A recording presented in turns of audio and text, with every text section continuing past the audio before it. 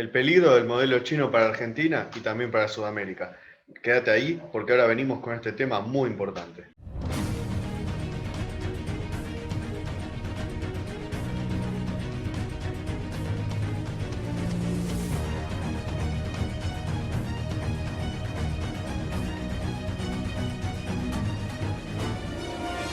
Estamos acá otra vez en Nueva Argentina haciendo análisis político desde el interés nacional. Si nos estás mirando por primera vez en los primeros videos que mirás y todavía no te convenciste, te digo que te convenzas. Suscríbete a este canal, activa la campanita y podés también seguirnos en redes sociales. También tenés nuestro canal de noticias de Telegram. Si te unís, todos los días te va a llegar automáticamente información sobre el interés nacional. ¿Qué pasa con el régimen chino, Emanuel? ¿Cuáles son las consecuencias que dejan en la región, por ejemplo? ¿Qué tal? ¿Cómo estás? ¿Qué tal, Lucas? ¿Cómo estás? Y mira, estamos en un momento histórico donde China está viendo a América Latina desde una visión geopolítica y está extendiendo sus brazos, sus tentáculos en una nueva colonización industrial. Y vamos a hablar un poquito de este tema. El régimen chino viene haciendo lobby en la mayoría de los países de Latinoamérica, en donde pueden introducir, donde pueden sacar algún tipo de rédito, tanto en recursos naturales como en algún gobierno débil que les permita eh, algo a su favor. Y algo muy interesante que salió en Infobae, ¿sí? Que dice que hubo inconvenientes en algunas obras públicas que se realizó en Ecuador. Dice de la siguiente manera: daños ambientales, corrupción, deuda y la ambición de Beijing y el Partido Comunista Chino, PCC, en América Latina. La historia de la construcción de la represa Coca-Codo Sinclair en Ecuador parece reunir varios de los problemas más urgentes que aquejan a la región en los últimos años y las características que el régimen reúne para poder quedarse con los recursos naturales ajenos. La presa, construida por la empresa china Shinohindro, fue uno de los proyectos insignia del gobierno del expresidente Rafael Correa, 2007-2017. Su inauguración en el 2016 contó con la presencia nada más y nada menos que el jefe de Estado chino Xi Jinping, y el costo de este proyecto se estima en unos 2.245 millones de dólares, la mayoría de los cuales, 1.680 millones de dólares, fueron prestados por el banco chino Exim Bank. Sin embargo, cálculos de independientes afirman que el costo real fue mucho mayor. Además, todos los funcionarios involucrados en el proyecto terminaron presos por corrupción. Y es lo que venimos viendo hace bastante. Hay que recordar, sí, que en América Latina tuvimos eh, un caso de corrupción por parte de constructoras como Odebrecht, sí, que salpicó a toda Latinoamérica eh, con casos de corrupción. Y acá vemos el Odebrecht, pero en versión china, ¿sí? Los chinos no son mejores a los occidentales. Y no me refiero en su cultura, que uno como es occidental quizás no entiende un poquito la cultura oriental. Pero lo que se puede ver, lo que se puede percibir es que los chinos están aprovechando la beta, la corrupción que tenemos enquistada en Latinoamérica para hacer sus negocios. ¿Y cómo son sus negocios? Te prestan la plata, te dicen dónde usarla y si vos no la podés devolver, se quedan con lo que te prestaron.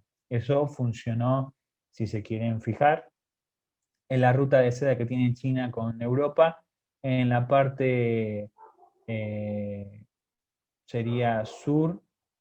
Sí, en la parte sur, cerca de la India, hay algunos países pequeños donde se le prestó dinero, donde China desembolsó dinero para poder hacer obra pública, y estos países no tuvieron, eh, o sea, tuvieron lo mismo que nosotros, problemas de corrupción, mal manejo del dinero, no pudieron devolver ese dinero que se les prestó, y China literalmente se quedó con esas inversiones.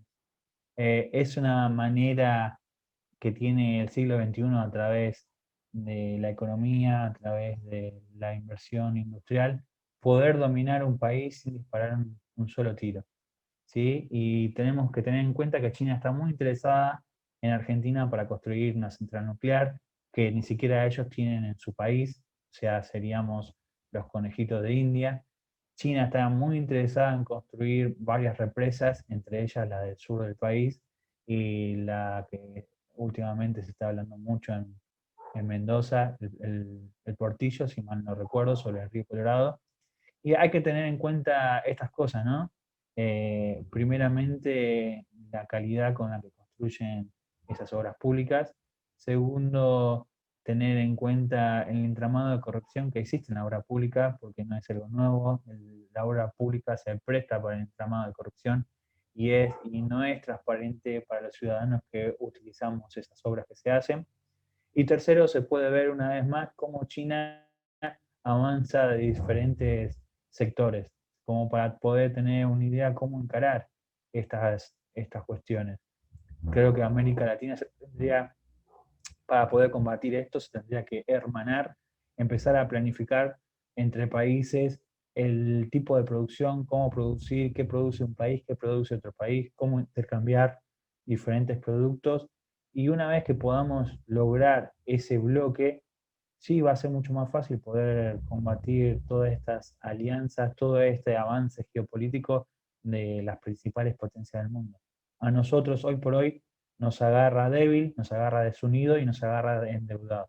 ¿Sí? Y encima con gobiernos muy débiles porque responden directamente a intereses internacionales. Entonces, lo que hoy vemos en Ecuador tranquilamente puede ser una radiografía de lo que puede ser en Argentina. Tal cual, Emanuel. Vos mencionaste un factor que es muy importante, que es el tema de la corrupción enquistada en los gobiernos latinoamericanos. Y yo diría que es aún más importante tenerla en cuenta, en clave, con la corrupción que existe en el Estado chino. Porque el Estado chino es un Estado que tiene corrupción. Pero la diferencia es que China supo institucionalizar la corrupción de forma en que no interfiera con los intereses del Estado. Entonces, los intereses del Estado chino son los intereses del partido. Y los intereses del partido son los intereses de los burócratas que son cabeza del partido. Entonces, ellos gobiernan. Y lo que necesitan es, fíjate, ¿cuánta población tienen? Tienen alrededor de 1.300, 1.400 millones de personas, un poquito más de lo que tiene India. Y fíjate cómo funciona ese tipo de países y cómo funciona sobre todo regímenes como el chino.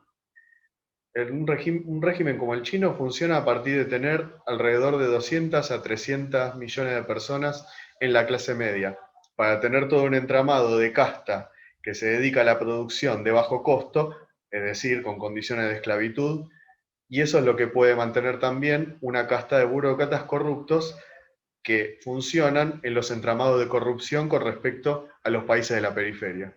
Entonces, nosotros estamos en esa situación. Nosotros tenemos la posibilidad, como clase media y sobre todo la clase media que es importante para cualquier desarrollo nacional, potenciarla. Para los que queremos vivir en libertad, los que sostenemos los valores de Occidente, que son los valores de la libertad, no tenemos otra que potenciar esa clase media, porque si no, vamos a potenciar la clase media de un país que sigue viviendo en condiciones de esclavitud y que encima pretende exportar ese modelo para todos los países con gobiernos corruptos que se subordinan a ellos.